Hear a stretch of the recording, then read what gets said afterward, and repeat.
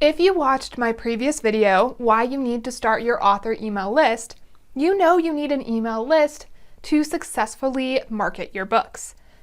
But you might not know what to write in the emails you send to that list. So today I want to share what to send your loyal email subscribers as a fiction author. Yes, this video is specifically for fiction. Many of these tips also apply to nonfiction. I did it specifically on fiction because it's way easier to come up with what to send to nonfiction, and there's a lot more resources out there for those nonfiction authors and readers, not as much for fiction. The short answer to what to send your list is a bit about your book, a bit about you, and a bit about your research. If you hang on to the end of this video, I will share with you a readership building checklist that will help you find your ideal readers and get them on your email list. This is Ignited Ink Writing, a channel dedicated to helping authors like you transform your writing so it lingers with your readers, because writing that lingers gets remembered and recommended to others. I'm Caitlin Burvey, editor and writer. Let's jump right in to tell your email subscribers about your books. This is a tricky one, because you don't want to be telling your email list subscribers, hey, buy my book, here's where you can buy my book, this is where you can get my book, things like that. You don't want to come across as salesy in every single email. Now, if you are doing a book launch and you're releasing a new book, that's when you get to do that. Most of those launch emails should be about your book and telling readers where they can pick it up. It'll share discounts, that sort of a thing. That's the place for that. But when you're doing your normal everyday emails where you're just keeping in touch with your list and you're not launching something new, then you don't want to be so salesy. Instead, you want to talk about your books. So here's an example from Lawrence McNaughton. He's the author of It Happened One Doomsday, the book in the series, and he was surprised to learn that most of his readers' favorite character is a possessed car called Hellbringer. It's not the protagonist, it's not the love interest, or all of the different demons. That's the character that readers love. So McNaughton wrote an email about how that surprised him, that was everyone's favorite character. And then he shared more about that character in that email to give his fans more of what they love. This is an excellent example of how to talk about your books without saying, hey, buy my book. And of course, he included an image of his book cover and a place readers can go to pick that book up.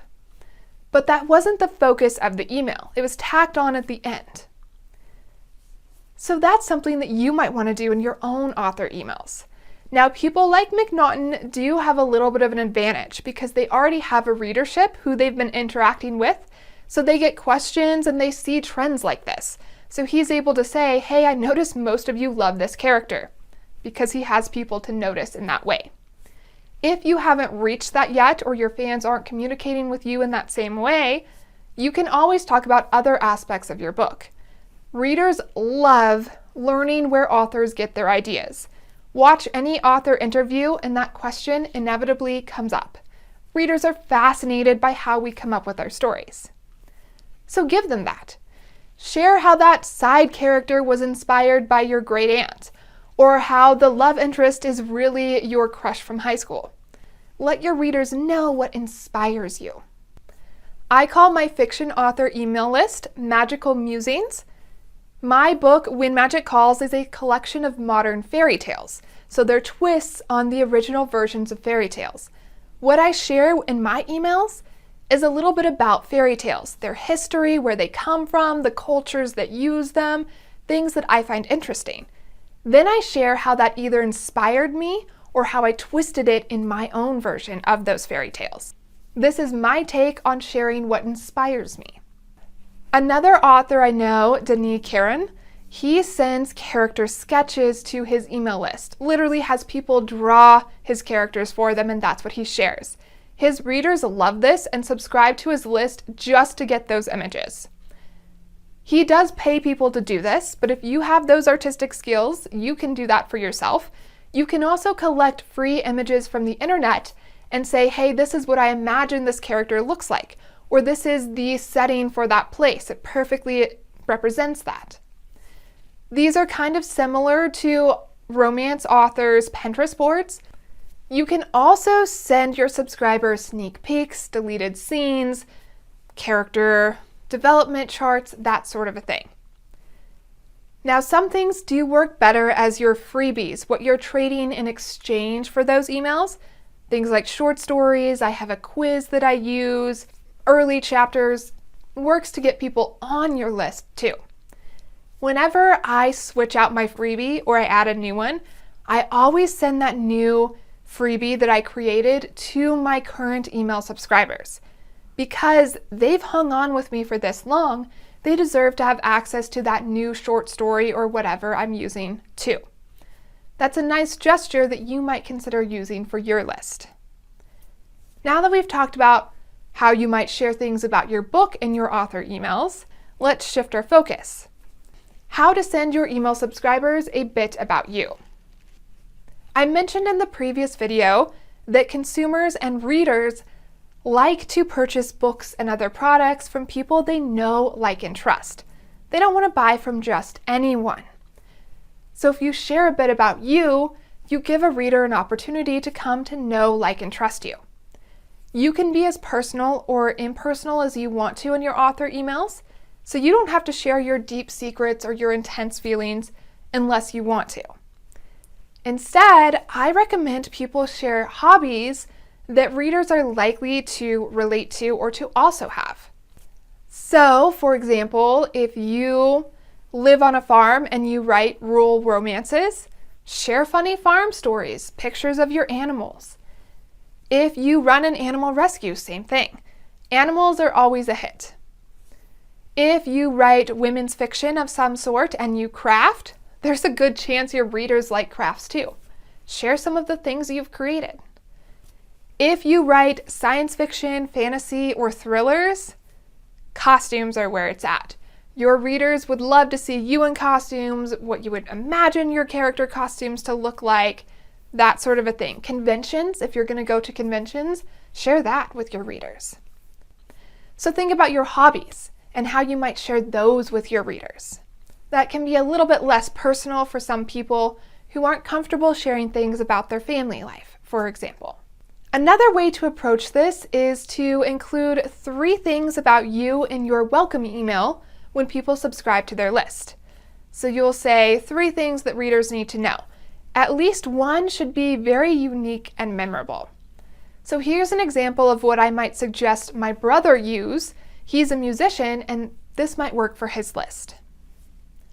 So 1, live in Albuquerque, New Mexico. That can be relatable. People might think, I've been there, I'm from New Mexico too, but it also says a little bit about him. 2, really want a dog but can't have one in my current place. Again, people love animals, they relate to that. Him sharing that he wants one but can't have one is going to be relatable, maybe create a bit of sympathy. And 3, was struck by lightning. That is unique and interesting. People are going to remember that one. So it can be as simple as that. You can just list 3 things like that about yourself. So think about it. What 3 things would you include? Would you list where you're from or something else? Would you talk about animals or something else? What's one unique thing that people will always remember about you? That's how you can share a bit about you in your author emails. Next, I want to talk about how you can share a bit of your research and blog in your author emails. Even as a fantasy author, I have to do some research. I have to look up how things work, where things are. Most authors have to do this to some degree, and we always find interesting little tidbits that just don't make it into our books. A great place to share those is in your author email. You can share, hey, while I was researching this place, I learned this, but it didn't make it into the book. For example, I wrote a short story called The Mortician's Apprentice. It takes place in a mortuary. So I had to look up a bunch of stuff about mortuaries so that story made sense. I learned about weird things like eye caps and how bad formaldehyde is for the environment. Those things didn't make it into that story, but I did share them in an email with my list. Author William Liggett does this frequently. He writes cli-fi, which is climate fiction, but his stories have a uniquely positive, non-political spin to them. So he blogs about new discoveries in the climate world. Then he shares those blogs with his email list. For the most part, his email is his blog. This is very effective. It works well for him. It's related to his books, but it's also an example of how you can share nonfiction content with fiction readers. If you blog, you definitely want to include that in your email. But I'd also encourage you to remember that your email list subscribers are kind of like your VIPs. So if you're going to send them your blog, try and include an extra tidbit that's just for them. You might share something that didn't make the blog or something a little bit unrelated. It doesn't matter. There should be a reason though people are on your list. They should be getting something people not on your list can't get. That's what makes them VIPs, and it makes them feel special and want to stay on that list. Next, I want to share an editor and author's advice on email lists. Now that we've covered how to share a bit about your book, you, and your research, I want to remind you that an effective email list is an active email list. That means you need to be sending out emails on some sort of a regular schedule. For most authors, it's once a month. This works really well, but I will say any less than that doesn't really work. It's too infrequent. People might forget who you are and mark you as spam, which we don't want. Also, remember, not everyone on your list is going to open and see your emails. A 20 to 30% open rate is fairly average. So is a 5 to 7% click rate on links. So don't expect a massive turnout on your email list. If you have a smaller list, they tend to be a little bit more active than if you have a larger list. And now that we've covered all of these different things that you can send to your email subscribers, I recommend creating some sort of a blueprint so you don't go into each email thinking, what am I going to write this time? Instead, have a template that you can use over and over again.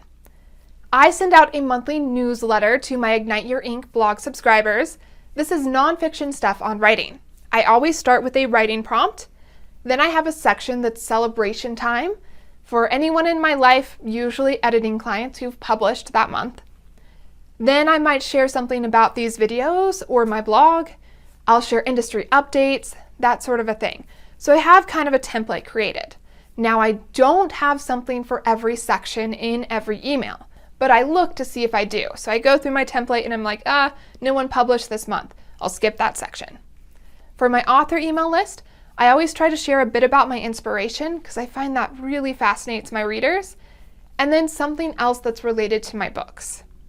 That one is much shorter, but it's also a little bit of a different type of email list. Try out different things, see what works for you and your subscribers. And if you need some examples, subscribe to your favorite authors. I follow Kevin Hearn, his email list, just for ideas. He's always trying out new things in his emails. He includes things like what he's reading. He does book giveaways of books he's read and is done with. He shares drink recipes, food recipes, all sorts of different things. So if you need some ideas, you might consider subscribing to his list too. He's really good at it. His emails are long, but they are always entertaining. What do you love learning about the authors you like to read? Share that in the comments below and think about how you might use that in your email list for your subscribers. For more information on author email lists, writing, and the publishing industry, subscribe to Ignited Ink Writing, a channel dedicated to helping authors like you transform your writing so it lingers with your readers. Because writing that lingers gets remembered and recommended to others. I'm Caitlin Burvey, editor and writer. To find out more about me, go to www.ignitedinkwriting.com. That's where you will find that readership building checklist that will help you get your ideal reader on your email list. That's also where you'll find some examples of freebies I trade for emails in the nonfiction realm. If you want to see more about my fiction and how I approach marketing that, you can go to caitlinburvey.com. There you will see what I'm trading for my fiction readers' emails and what I might email them from my blog. And now that you have some ideas, it's your turn to start your email list and share a bit about your books, a bit about you, and a bit of your research to build that know, like, and trust with your readers and ignite your ink.